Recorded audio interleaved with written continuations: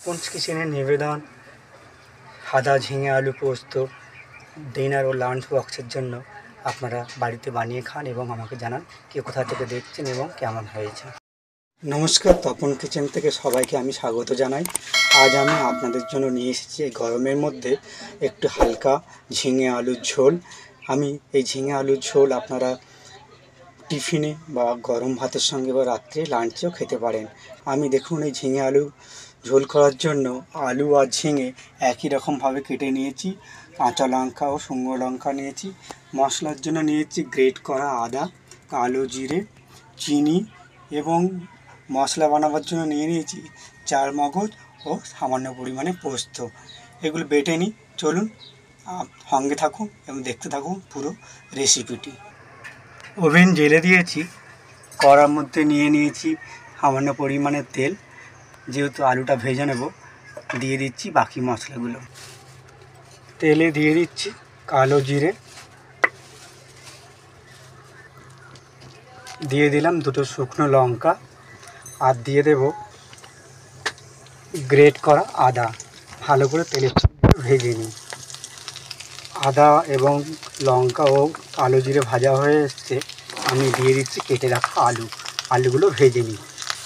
দেখুন আলুগুলো লাল লাল করে ভেজে নিয়েছি। ওর মধ্যে দিয়ে দেবো একই আকারে কেটে নেওয়া ঝিঙেগুলো ভালো করে তেলের সঙ্গে ভেজে নিই। ঝিঙেটা ভাজা হচ্ছে, ওর মধ্যে আমি দিয়ে দিচ্ছি পরিমাণ মতো নুন। তাহলে ঝিঙেটা নরম হয়ে যাবে এবং তেলের সঙ্গে মিশে ওটা হালকা অনেকটা মাখামাখি মতো হয়ে যাবে। আমি প্রায় 2.5 চামচ মতো ছোটো চামচে নুন দিয়ে দিলাম। আপনারা স্বাদ অনুযায়ী দেবেন। রুটি, পরোটা, গরম ভাতের সঙ্গে লাঞ্চ ও ডিনারে এই ডিশ আপনাদের খুব ভালোভাবে যাবে এবং খেতেও খুব ভালো লাগবে। দেখুন পোস্ত আর চারমগজ আমি বেটে নিয়েছি। ওর মধ্যে সামান্য পরিমাণে জল মিশিয়ে আমি ঝিঙে আলুর মধ্যে দিয়ে দেবো। আপনাদেরকে জানিয়ে রাখি, এখানে আমি কোনো হলুদ অ্যাড করব না। এটা সাদা ঝিঙে আলু পোস্ত হবে। আপনারা, আমি গ্যারান্টি দিয়ে বলছি, আপনারা বাড়িতে বানিয়ে দেখুন, আপনাদের নিশ্চয়ই ভালো লাগবে খেতে। দিয়ে দিলাম পোস্ত বাটা, ভালো করে একটু নেড়ে মিশিয়ে নিই।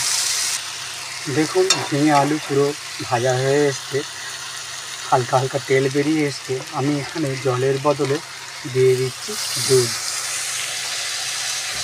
নিরামিষভাবে বানিয়ে ফেলছি আপনাদের জন্য ঝিঙে আলু আদা রঙে। তো আপনারা এইভাবে বানিয়ে দেখুন এবং আমাকে জানান। দেখুন এটা আমি সেদ্ধর জন্য 10-12 মিনিট এটাকে আমি সেদ্ধ করতে দিয়ে দিই।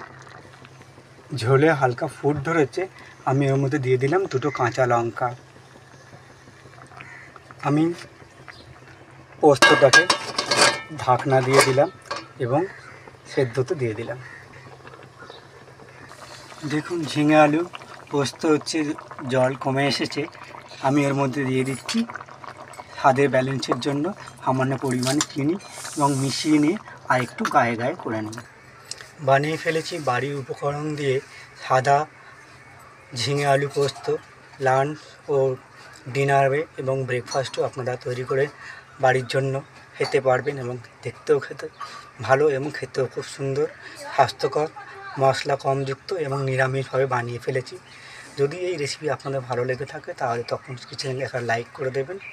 ভালো থাকবেন, সুস্থ থাকবেন। দেখা হবে অন্য এক ধরনের রেসিপি নিয়ে। ধন্যবাদ।